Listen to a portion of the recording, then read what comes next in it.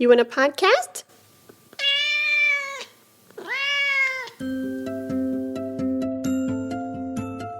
Welcome to Flute 360, the podcast that reminds you everything is connected.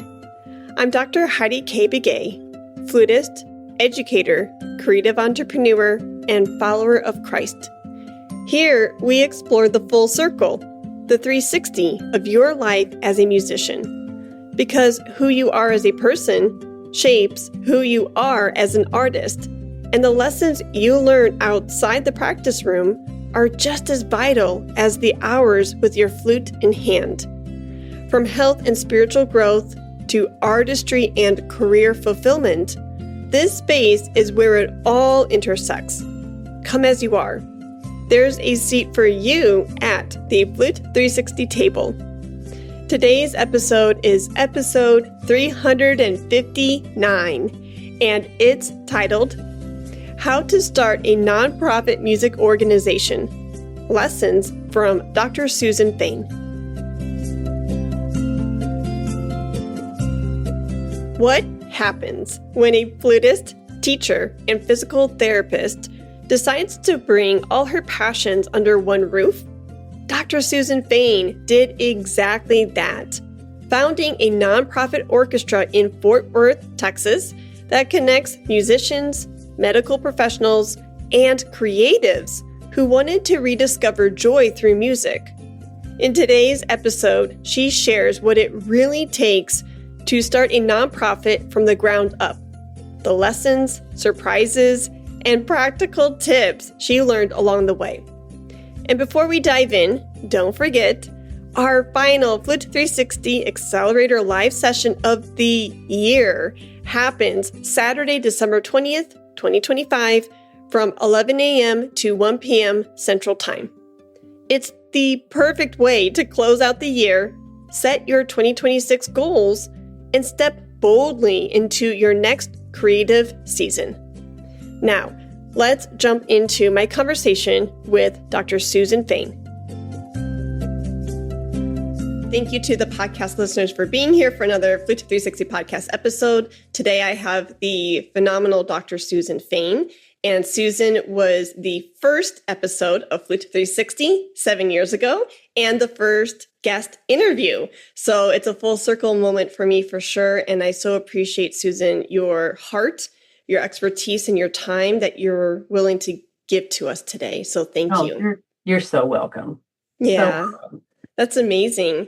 So for those who have not listened to episode 1, go back because Susan really breaks down like her background, her journey through PT work and flute work and all that jazz. But today I just want to come fast forward and full speed up to what you're doing now, because before I get into questions about the anatomy of the body, I want you to share with the listeners, if you don't mind, your nonprofit work in establishing your orchestra. Sure. Well, one of the difficulties in trying to find my own journey as a musician was a lot of people in medicine found out that I played flute, and they go, "Oh, do you play in the symphony?" And I said, "Well, no, and I'm not qualified to play in the symphony." And then the people in the music world would go, "Oh, you're a PT. You must be amazing." And I would, "Well, actually, I'm sort of an average PT. I'm not. I don't excel at. I mean, I'm good, but I'm not at the top level of either of those fields." And so it's been very difficult for me to figure out, where my road was in all of this. But when we moved here to we live in Fort Worth, and my husband's retired military. He's a physician. He's works now at the county hospital. He's a head of occupational medicine. But in trying to figure out what do I do here we have moved again, have to start all over again, like in the military, prove to everybody I'm dependable, that I can play the flute, I know how to sight read, all this stuff, and try to make my way. And then, I thought, well, maybe it's time to try this idea of having an orchestra for medical professionals. And after living here about 1.5 years or 2 years, I pulled together what few musical contacts I had. And then I thought, well, who's the conducting professor at TCU? Herman Gutierrez is his name. And I had to look it up. I didn't know. And I'm just going to send him a short email, not a long one. Just say, hey, I'm doing this. What do you think? Are you, would you be interested in collaborating in some aspect of this project? Well, he called me back and we talked on the phone for like 40 minutes and he was so excited. And shortly after that, we met for a business lunch and he brought his current DMA conducting student. He has one every year maybe every couple of years. Anyway, they run the studio basically. And he introduced me to Matthew Lovelace, who's now our conductor. But we met and discussed the possibility of what it would take. And Dr. Gutierrez gave me at a discounted rate the use of the Fort Worth Youth Orchestra recital hall, which is an old church that had been made into a recital hall. And actually the Fort Worth Symphony used it before they built Bass Hall. Mm. And so it's a very nice space. Mm. And so he's given it to us at a discounted rate for all our rehearsals and our concerts. That alone was phenomenal. Wow. So we started out with 4 violins and me. So we had 5 people and it was kind of comical, but what you got to do what you got to do. Mm. And now in our 4th year, we have about 50 musicians. We rehearse on Thursday evenings. So last week I counted up and I went, wow, we got 12 second violins. Wow. And we had 8 first and a couple were missing, We're still scrambling for a few positions, we'd love some more bassoon players. They're always hard to find, but amazingly, we have oboes and we have pretty much everything that we need. And here's the kicker, Heidi, is that I get all of our programs done at FedEx. And one day I went into FedEx. I noticed that the shop had been all cleaned up and looked really nice and much more professional. So I complimented the manager about that. And then maybe 2 months later, he came up to me and he said, would you mind if we submitted your organization to be part of a collaboration that FedEx is doing, just a commercial collaboration? I said, well, sure. And a month after that, I got a phone call saying, your organization has been chosen to do a commercial collaboration with FedEx. We just want to show our community engagement. So they are coming to film our opening concert in October this month with a full film crew. They're going to interview me. They're going to interview Matthew. They're paying for all of these amazing printed products that we couldn't afford, like color programs, a big banner, bookmarks, raffle things to give out to the crowd, all this stuff. And then they're going to send out they're doing a promotional video that they're going to send out to their email list of 6 million people. Fantastic! I know. What? Can you believe it? So we're calling, and the even cooler thing about this is that this concert, I don't know why, but we decided we wanted to do, we found out one of our oboe players actually plays English horn, said, oh, let's do Dvorak's New World Symphony. Well, what can we do with that? Well, let's do Rodeo, and then let's pick some more American composer. It's either about America or by Americans, and so it's called Americana. Okay. So we're doing those 2 big pieces plus a piece by Eric Whitaker called October. Okay. And then we're doing a piece by Florence Price, 3 Little Dances. She's has been recently sort of rediscovered, a female Black composer whose works had been premiered, but not really pushed. But they're quite lovely. So anyway, we're just real excited about this. And who would have thought? Wow. I was blown away with the color ink because it cost more than the black ink. You know how much it would cost. Oh my God. And then when you said a mailing list of 6 million people as a businesswoman, I am floored. Oh, I am too. So y'all look out for it. You'll see it. What's the date? When is it? Our concert is October 23rd. Okay. And we do everything on a Thursday night because I just like keeping things the same. It makes it cool for these people who have day jobs and shift work. And so it's try to keep things, standard. Wow.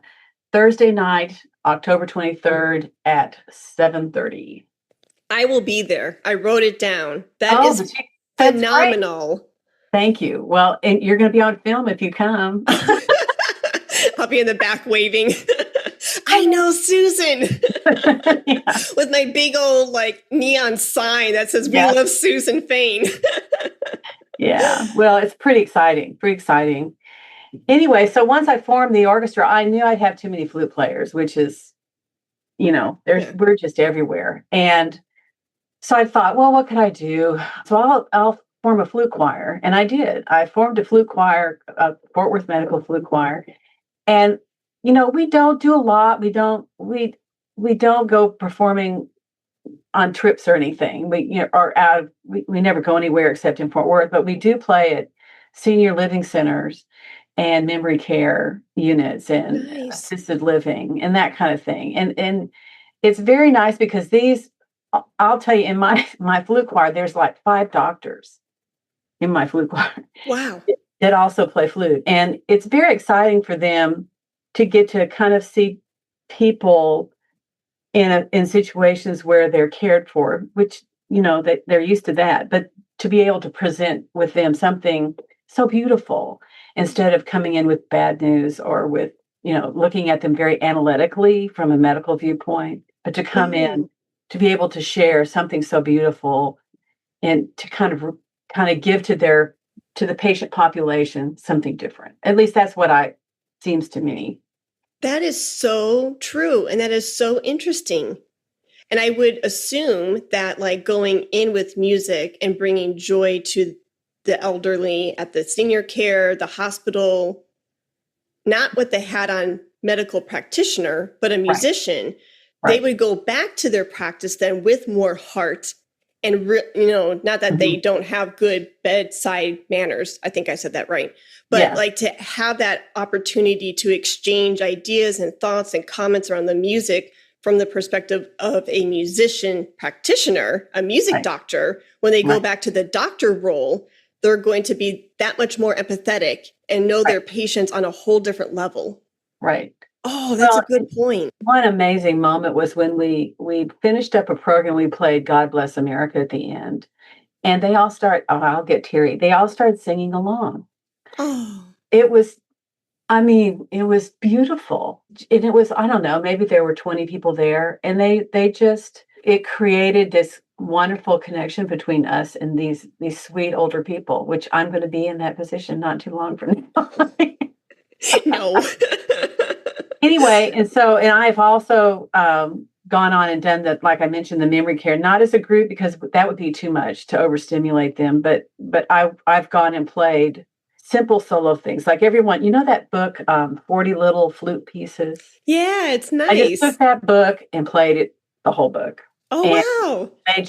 They loved it. There were people, you could see the smiles on their faces. And then the staff told me later that the rest of the day was a lot calmer. Oh. Which you can imagine these people are highly irritable and because they can't remember anything. And it's what a difficult situation for them to be in. And anything to help calm them down is lovely. I believe it. Yeah. Music heals. Right. It sure does. It sure does. But it's been great for me personally because, like I said at the beginning, not being a good flutist and a good PT, but not like at the pinnacle of my profession in either way. But I feel like that I'm really good at encouraging people to come along with me and let's do this together. Okay. I have an idea, like the flute choir, like the orchestra, and also I'll tell you about my quartet in a minute. But I think I'm good at having an idea. I probably have too many, but it's so good to see some of them to fruition. There have been times in orchestra where Matthew and I will look at each other and see all these people around us and go, oh my gosh, look at this. It's amazing. We've come so far. And it's just very, very exciting. Very exciting. That's wonderful. I love that. And the reason why I wanted to highlight that is because I know you throw a lot of your energy and heart into it. But just to give the listeners an idea of what is possible to create for yourself and for your community. For your community, yeah. Yeah, within your music career. Like what are the possibilities? The possibilities are endless. And so you took your medical world, your musical world, and you brought it together and said, hey, if I'm feeling this way, if I want to have a musical creative outlet, other doctors are probably wanting this too. Right. So you filled a void and you brought people together, and you do that really well, where you said, basically from your testimony, what you just said, I hear I'm the glue. I'm the one who says, hey guys, I had this idea. This person, Jane, Joe, meet each other. Jane, Joe, meet, and then you bring people together, and you do that very well. Thank you. Thank you. Well, I'm thrilled about it. And it's fabulous to see people in the audience being so excited, and then people on stage being so excited, because we are a fun group. And these students, I'll tell you, we have a lot of Asian medical students. Okay. I bet. Play violin. That's and piano. And piano. That's true. Actually, one of them, he's Asian. He plays violin and piano, and he's going to play the Rachmaninoff, the first movement of, I think it's Rachmaninoff's second piano concerto. He's going to play it in May, just the first movement. Okay. So yeah, we've got it all. But they're fabulous. And I just love it when I watch them during rehearsals, because of where I'm sitting, I can, see them. And they're just tickled to be there. They're so excited to get to play this great music, because I think a lot of them saw, or maybe at least some, thought they might go into music, and there's that disappointment. And yet here they are. They have a career, that they're moving towards a career, or they already have it, that is providing support for them and their families, but they're also getting to play this great universal music that it blesses the audience, but to play it yourself is almost, well, it's kind of almost like worship. But I don't want to worship music. I only want to worship God. But he created it. So there. I love it. Yeah. No, that's amazing. And I just love how your two worlds come together, in a very unique, special way. And it's not just for you. It's for everybody else in your world and the community. And look at the power of just asking. And just look at the power of you showing up authentically to the FedEx person, to the manager, to giving them a compliment, to picking up the phone and saying, hey, director at TCU, what do you think? It only takes one email. It only takes sometimes one phone call. And once you get that momentum going with that one call or one email, then it almost like, if it's meant to be that snowball, yes, you still have to show up and roll the snowball, but it's almost like that snowball gains that traction and momentum, and it's just picking up speed and getting bigger, bigger, bigger, and bigger. But let me share some of the difficulties. Okay. To get this orchestra started costs money. Okay. And Harold, my husband, is like I said, he's a physician. We funded it for a year. Wow. Without him, this would not have happened. Wow. So I would not have, if I had been working to try to make the money myself, say I'd been single or something, I would never have been able to do it. Wow. And so I'm grateful to him and his work ethic. He's a very hardworking guy and a wonderful supporter. And not only just supporting us generally as a family, but also the fact that he's supporting the arts through me. Wow. And I mean, it probably cost, I would guess, about maybe $5,000 or $6,000 the first year, which when you think about it, it's not a lot of money, but it is for a family. Yeah. It's not when you think about an orchestra. Yeah. And, but as time has gone on, we've had to underwrite it less and less and less. But I don't want to understate that some things do take some financial outlay. Yeah. That's reality. And, you can't get around that. It's teamwork. It's teamwork. It's really teamwork. And, he may be tone deaf, and but he's a great music appreciator. And I'm so grateful for that. So grateful for that. As a matter of fact, he even listened to all of Robert Greenberg's teaching company lectures on music so that he could better understand what my life was about. Are you familiar with him? I am not. Oh, gosh. I have some homework to do. Listen, I have I have a whole boxes of his stuff, which I need someone to give it to. Okay. And I think I just found her. There you go. But Robert Greenberg, I think he was, oh gosh, this is old in the back of my brain. I think he was affiliated with the San Francisco Symphony. Okay. I'm not sure, but he's a fabulous lecturer on music. And we just came across him years ago. And now you do this all online streaming, but I have CDs and cassette tapes even. Nice. Nice. And DVDs. But most of it were CDs. But Harold did all that so that he could better understand my world. And all I'm just saying is don't underestimate the fact that these ideas don't just happen.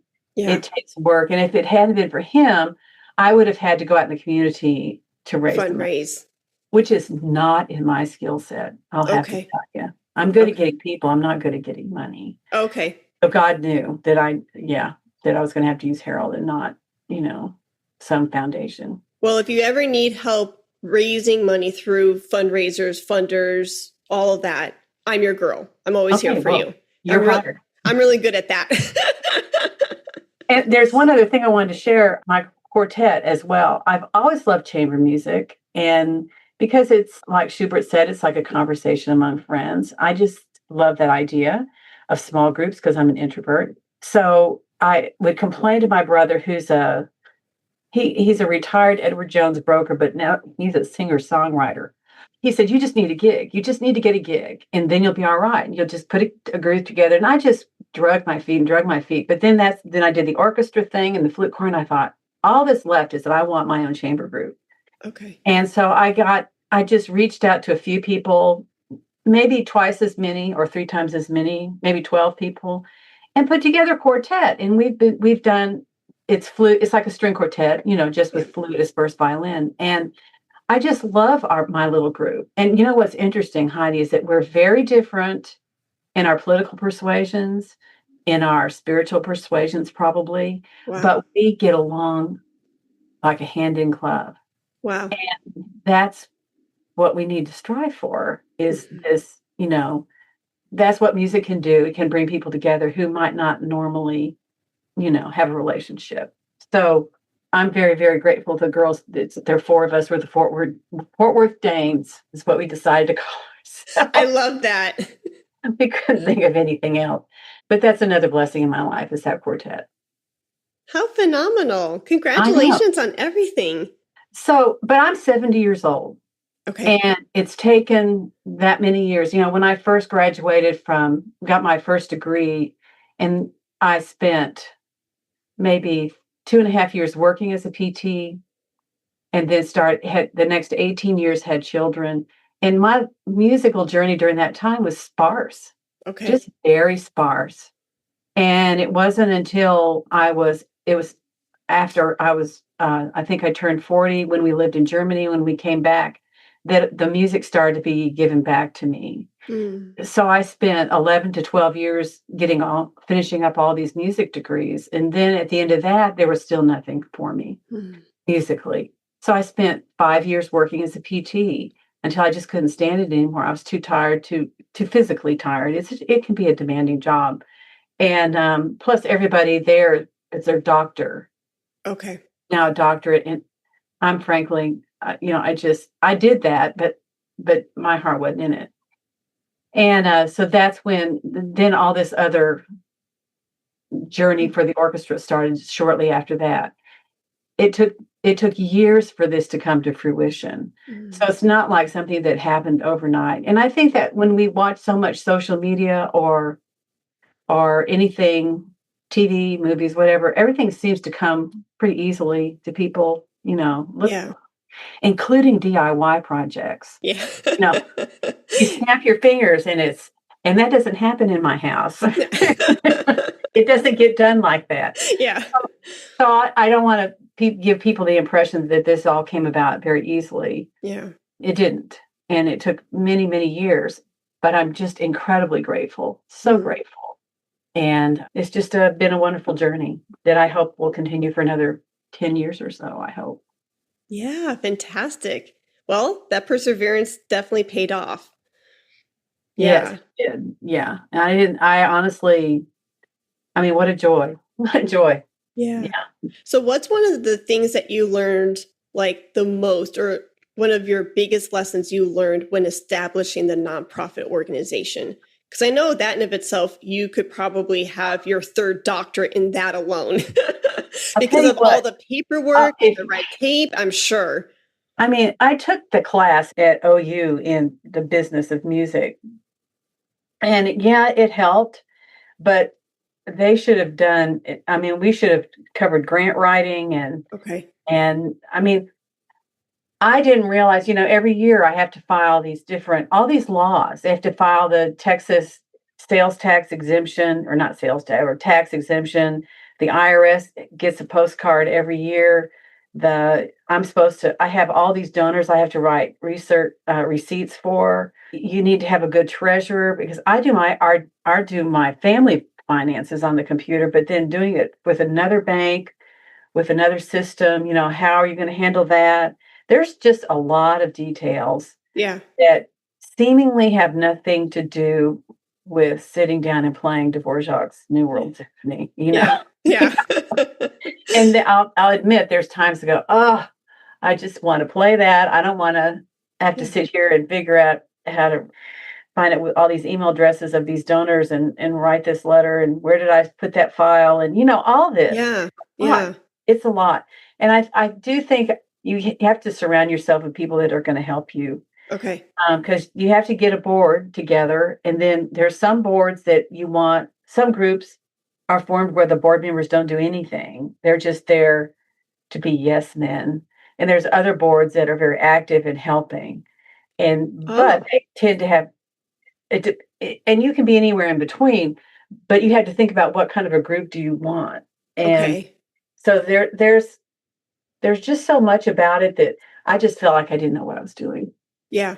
I literally felt like anyone else in this room could probably do a better job at this than me. Yeah. But I care a lot, so I'm gonna, I'm gonna make sure that we're legal. I don't Yeah. want to be. I want to adhere to all the laws that I need to.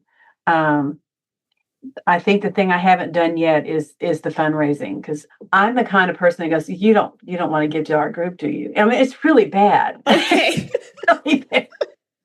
I just Can feel you write us a check? No, you don't. And then you just take it right back. you don't want to write a check. You don't have to, but if you want to, sort of. It's just Yeah. really. Well, can I flip on my corporate Yes, sponsorship funder coaching hat real quick? you sure can. Okay, here's your tip for today. And that Okay. is, you know the value of your skills as overseeing this nonprofit. You know the value that this orchestra brings to the community, Right. relationships, arts, etc. Own that worth, own that value. And Mhm. I would start stating out loud because we know as believers, our words are very powerful, Right. right? God spoke life with his Right. breath, Right. with his words. Right. So start owning that value and saying out loud, my orchestra holds these value sets. We Mhm. are valuable in these different capacities, and break it down: arts, relationship, community integration, just keep Mhm. naming them, say them out loud. So when you go and knock on that door asking for that check, just because you are such an empathetic person and you look at the whole picture, view it as you are seeking to bridge that organization and your orchestra together, and you're thinking about what that organization could receive from you. So it's a win-win partnership. It's not just you knocking on the door saying, hey, write me a check. You would never do that. But it's knocking on their door saying, how can we collaborate? How can we partner together? How can I come alongside you, organization, and get your name out into the world so that way you can meet your marketing, fundraising goals? And once you start listening to their needs and wants, they cherish that. They honor that because like the number one thing with communication is listening, not talking. So if you knock on their door saying, hey, where are your goals in this aspect, whether it's marketing or community outreach, how can we come alongside together? And listening to their needs, you can show them and paint this picture of going, Oh, I'm so glad you brought that up. I'm so glad that that's one of your hurdles or pain points. I have a solution for you. Do you know what I mean? And then it becomes this dialogue. And when it's that organic and you're listening and communicating, then it feels more or less like, it feels less of this sales pitch, and it feels less of like, I'm knocking on the door for that check. It's more genuine. So, and I know that's how you function as a person in general, but if you can remind yourself of that, it feels more freeing, and it doesn't feel like you are this like dirty salesperson in this like 1970s car lot. What can I do to get you in this car today? I know, type of thing. Have I got a deal for you? I got a deal for you. So lead with your value. And I would write down, like, I remind myself when I knock on the doors of like flute makers and flute companies and saying, hey, how can we partner together with Flute 360 together to get our voices out there for you to sponsor the show, perhaps? Before I get into that call, because those calls can be really intimidating to me. I'm talking with marketing executives and CEOs, and sometimes I feel like I'm a fish out of water. I'm like, I don't even know where I'm at. I'm a flute teacher. And here's this fancy jargon. I will just remind myself, and I will write down my 40 value points on a list and just start jotting it out, and then pull out your top 3, 5 favorites, speak it out loud. And then when you go into that phone call or email, you're going to lead with more confidence because you've reminded yourself of the orchestra's worth, your worth, etc. Right. I don't know if that helps. No, it does. I mean, like I can tell you off the top of my head what our mission is, which is basically what our values are, I guess you could say, because we're there to provide an opportunity for healthcare workers to play this great repertoire. We want to engage with our local community to bring them the concert experience, and finally to raise money for medical charities. Boom. And yeah. That's our mission statement, is those 3 things. Okay. Which is easy to beautifully said. Easily to express. Yeah. No, I love that. So because you've articulated that so well and it's easy to express, remind yourself of that, and remind yourself of like the stories. Like you said, you teared up when you said, when I saw those senior citizens singing that tune, that's the heart impact. That's, those are those relationships and real lives are being transformed. So because of that, remind yourself of those stories and those memories and those testimonies. And then you're going to go in feeling more of a human asking for partnership rather than that salesperson. Right. Yeah, because I'm not a salesperson. Yeah, no, me neither. But all sales is, that I've learned as a businesswoman these past 7 years, is it's just an invitation. That's all it is. You're inviting. And the right people will check the box of RSVP. Yes, I'm coming to the party. And a lot of times when I've heard no's in that arena, usually it comes back 12 months, 24 months later of going, that wasn't the right time for us because our budget was elsewhere. But now it is. Do you want to partner now? So 9 times out of 10, those no's turn into yeses later. So that's always comforting to me, because it's like, okay, we don't, as humans, we don't like to hear no because we don't want to be rejected. No. But you don't know until you ask. And I always remind myself too, like, don't say no to yourself. Don't give yourself that no before they had the opportunity to decide one way or the other. Like, don't dictate their response because you're already, But yeah, and so when I remind myself of, oh yeah, that partnership happened not when I wanted it to in that particular season, it happened the next quarter out or the next fiscal year out. How cool is that? So even if right now I'm hearing a no, I just remind myself, oh, it's more, I'm kind of living in this like fantasy world. I hear that no, I'm like, it's a maybe. It's going to be a yes later. There you go. You just have to kind of, frame it a little different. Right. But yeah. So anyways, that was my fundraising sponsorship spiel. Oh, no, I think that was very helpful. Very helpful. Yeah, good. So going back to your nonprofit and all that, sales and knocking on those doors isn't the most fun thing, but you're not alone. That's a lot of people, I'm sure, would feel that way, especially musicians. Right. Yeah. Well, yeah. Somebody, I don't remember who I talked to it about it, she said, you just need to get out there and wine and dine and schmooze more. And I thought, that's just sort of not in my wheelhouse, Right. So I guess I need to do that. Yeah. Yeah. But no, that's phenomenal. And thank you for showcasing like the journey. And I just love how you gave us the bottom line and a very gentle, friendly reminder of saying this did not happen overnight.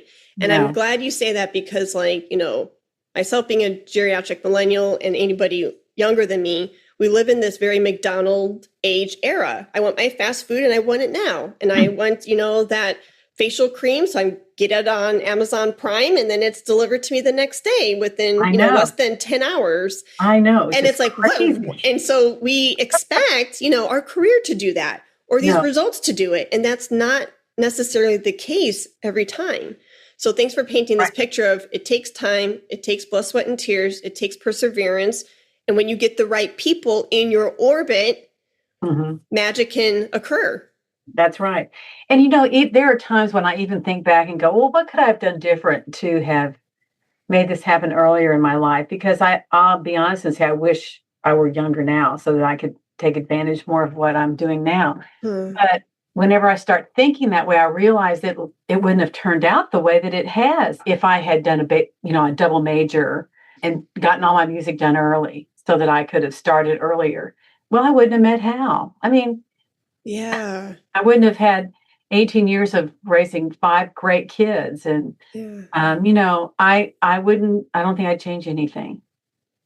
No, that's amazing. And you're a different Susan now at 70, establishing this, than you were Susan at 40, because that's 30 years of life experience. Exactly. And it's not the same Susan. No, that's true. Yeah. So this Susan knows there's more of me. There's a lot more of me now. I love that. Oh, shoot. Oh, well. No, I love that. This, and speaking of magic, and I say magic very loosely because we're believers, and I believe that this conversation is divine timing for me and for other people listening to this, and you being in my life is definitely divine intervention. But this conversation took a whole different route than what I had expected, and I wouldn't change it for the world. Okay, there you go. It's amazing. So, here, and rightfully so, because one of my biggest soapboxes on Flute 360 is build your own door. If you don't know how to build your own door, get the right people and don't be scared to do it, right? Your music career does not have to look like anybody else's. And guess what? It's not going to. I've interviewed over 300 people these past 7 years. And from a Carol Winson's to a Susan Fain to a Rachel Omkrodam, she's a French flutist. You should check her out. She's into reggae and pop and jazz. And she has a band called Rosa Way Band. And she's sensational. She sings in English and French, and her boyfriend's on percussion behind her. And she has a legit band and she travels the world. Wow. So from a Rachel to a Susan to a Carol to an Amy Porter, everybody's career is going to look so vastly different. And that's the unique snowflakeness that I want people to adapt and to own and be confident about. We're not going to all look like, the principal flutist of the Berlin Philharmonic. Because no, we're not. We're not. There's one chair for that. There's one position for that. Right. And good. And I still study with Pat George. Oh, that's amazing. I have a lesson every week. I'll study with her until one or two of us, whichever one of us goes to meet the Lord. But I'm not shy about recommending for people to continue to take lessons. I mean, she's the one that said to me, maybe it's time that you reach out and see if that idea of an orchestra for medical people this might be the right time for that. Because I was depressed because I couldn't find anything to do. I wanted to use my music, and I had talked to her about that idea. And she's the one that said, well, maybe it's time. And so that week is when I put together the group. So, and I tell all the people in the orchestra, if you have time and continue to study with someone, because there's always someone who knows more than you do. Yeah. And we can, I remember one of my flute teachers way back when, alluded to the fact that, all this is going to end sometime. You're going to be on your own. Well, I'm sorry. I'm not on my own. I'm still studying with someone. So there. Eat that. Yeah. No, and I think self-development and continuous learning is so valuable. And it's something that I cherish. And I think that's why I love being a teacher and an educator so much, is because I get to continually learn from my students and them from me and me from you. And like I wrote down like 10 things that you said today of looking at, this and that and resources, and that continuous learning is so much needed, Well, we all need to be perpetual learners or perpetual students. I just like that moniker, and I'll own it. Yeah. I like perpetual, just that continuous. I love that. Yeah. So since we talked about the arts and nonprofit organizations, to put a nice, because I want to respect your time, I've already eaten up an hour of your time. Oh, that's all right. Is there something, since we've been talking about building out nonprofit organization in your journey, is there anything that you would want to leave the listener with to inspire, motivate them to put a nice, neat bow on this conversation? Well, I think I place a high value on the fact that our orchestra is going to help expose people to not just beautiful music, but to beauty and truth. And I like this idea of us creating an oasis for people. That's what music can do. It can give you an oasis where you can turn your phone off, all the chatter of daily American life can fade away. And it's just you and this beautiful creation that is timeless, truly timeless, because it's here and then it's gone. But it can calm you down and give you a moment to reflect on the deep fundamentals of life. And I just remember one time I went to a concert. I was in the middle of my master's degree, and I was stressed out with kids at home trying to juggle everything. And I went to this Baroque music concert. When I told my daughter, I said, when we went to that concert, Sarah, I felt like my brain and heart was like a bowl of spaghetti, all just twisted up. And that music was like taking a big fat tooth comb and just combing it out straight. Wow. And I mean, I think that's what music can do for us. And when you can't think straight, when you are just putting out fires all the time, I just think there's something extra special about music that can help you with have an oasis moment and enjoy the beauty and truth that you hear. And remember that there are things that are transcendent that God's created for us to have in our lives to remind us of who He is. Amen. Oh, you could not have said that any better. Thank you. Yeah, it is an oasis. And my time away from the flute these last 3 years, when I get to slowly come back to it, I am reminded of that. And I never realized this in all my other studies and being a flutist for 20 plus years, but it's a privilege to hear music. It's a privilege to play music. It's a privilege to perform with others who enjoy music. Yep. And it is very fulfilling on a spiritual, emotional, physical level. Just even the vibrations, hearing the vibrations, it's like, oh, I'm basking in this like beautiful warm sunlight at the park, or indulging in a warm hot bath, and it's refreshing. Right. That reminds me of the concert that I did last Saturday in Dallas. There was only 2 flutes for Fauré's Requiem, and we only played in movement 4 because it's only written for movement 4. There's 6 or 7 movements, and so my new flute friend, May Stone, she studied at Juilliard, got to meet her for the very first time. And we're like, oh my goodness, like she has to be 15 years younger than me. But we're like, oh my goodness, like I can't believe we never met before, especially being in the same area. Anyways, all that's to say is we got to play 7 bars total together. And we sat there for 3 movements in the beginning, just sitting there, played our 7 bars, sat there for another 3 or 4 movements. And at the end of rehearsal on Friday and after the concert on Saturday, we looked at each other and simultaneously said, Well, that's therapeutic, isn't it? Because all you can do is just sit and bask and listen. And the best seat in the house. In the best seat in the house. You're around the cellos and the oboe and the clarinet, and you have the tenors and the baritones and the basses behind you. And they're singing these beautiful, vocal solos in this requiem, and you just get chills. And it is extremely therapeutic. Oh, very. Yeah. I had the same experience during my master's playing. I played the piccolo, or no, it was in Great Falls before that, playing piccolo in Haydn's Brahms Variations on a theme by Haydn.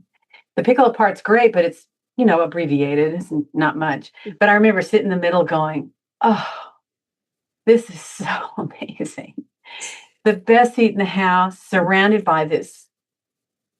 It's hymn-like, that music is very hymn-like, and it just was like amazing. It was amazing. I love that. The best seat in the house. Yes. I couldn't agree more. That's wonderfully put.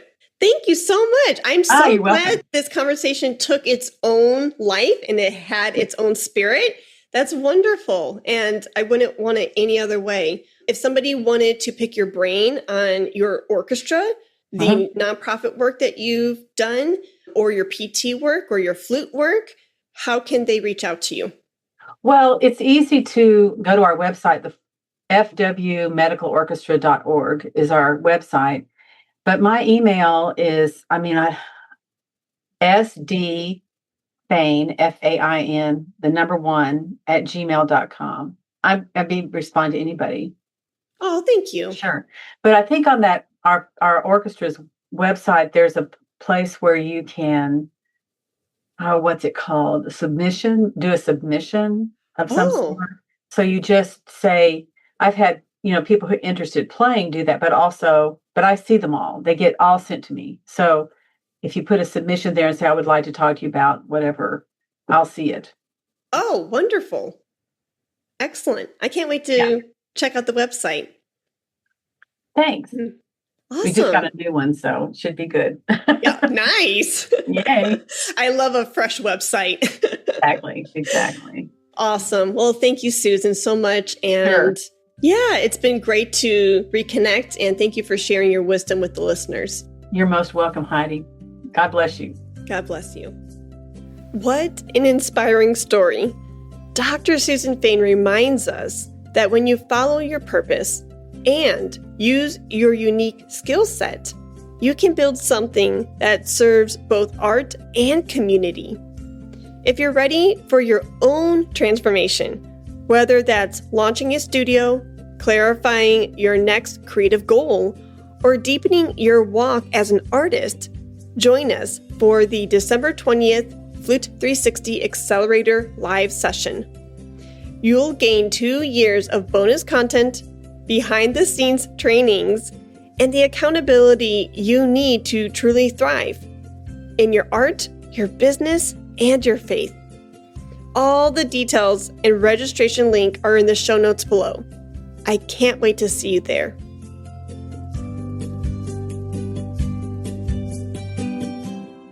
Let's talk about flute.